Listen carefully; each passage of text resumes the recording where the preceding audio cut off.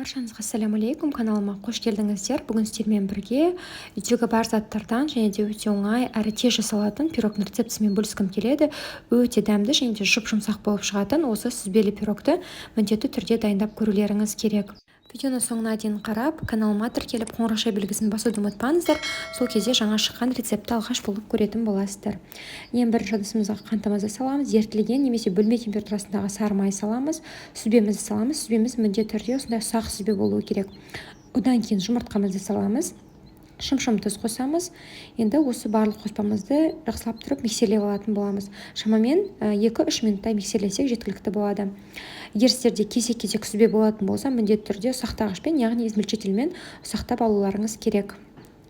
Міне мен шамамен 2-3 минуттай миксерледім. Енді қазір үстіне құрақ қоспаларымызды қосамыз. Алдын ала електен өткізіп алған ұнымды саламын және де қосатқышты салатын боламыз.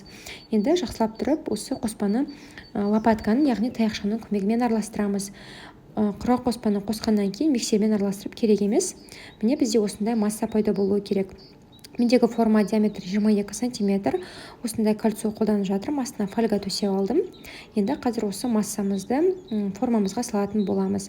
Бізде массамыз осылай қою болғанымен, бірақ та біздің пирогымыз өте нәзік, жұп-жұмсақ болып шығады. Сондықтан міндетті түрде дайындап көріңіздер. Қазір міне осылайынан тегістеп шығамыз. Барлығын жақсылап тұрып тегістеп алдым. Енді алдын ала қызып тұрған пешімізде 170 градуста 40-45 минуттай пісіріп аламыз. Пісу барысында духовкамыздың бетін мүлдем ашпаймыз, әйтпесе біздің пирогымыз биік болмай отырып қалады. Сондықтан піскеннен кейін бірақ ашсаңыздар болады.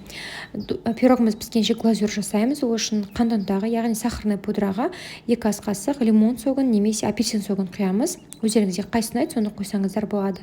Мен апельсиннің согын құйып алдым. Егер сіздерде қою сияқты болып көрінсе, шамамен біраз қысықтай су құйып жібересіздер де қайтадан араластырасыздар.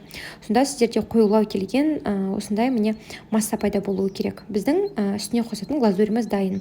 Бисквитіміз де пісті. Қараңыздар, теп-тегіс, біркелкі және де жұп-жұмсақ болып шыққан өте дәмді пирог. Енді қазір кесіп дастарханға ұсынатын боламыз. Өздеріңіздің қалауларыңыз кессеңіздер болады. Мен сіздерге қазір біздің осы пирогтың қандай жұмсақ болғандығын көрсетейін. Міне қараңыздар, біздің пирогымыз осындай міне жұп-жұмсақ, дәмі де өте нәзік, күшті пирог болып шығады. Егер сіздерге видео ұнап жатса, каналыма тіркеліп, қоңырауша белгісін басуды ұмытпаңыздар. Сол кезде каналыма жаңа шыққан рецепті алғаш болып көретін боласыздар. Кездескенше.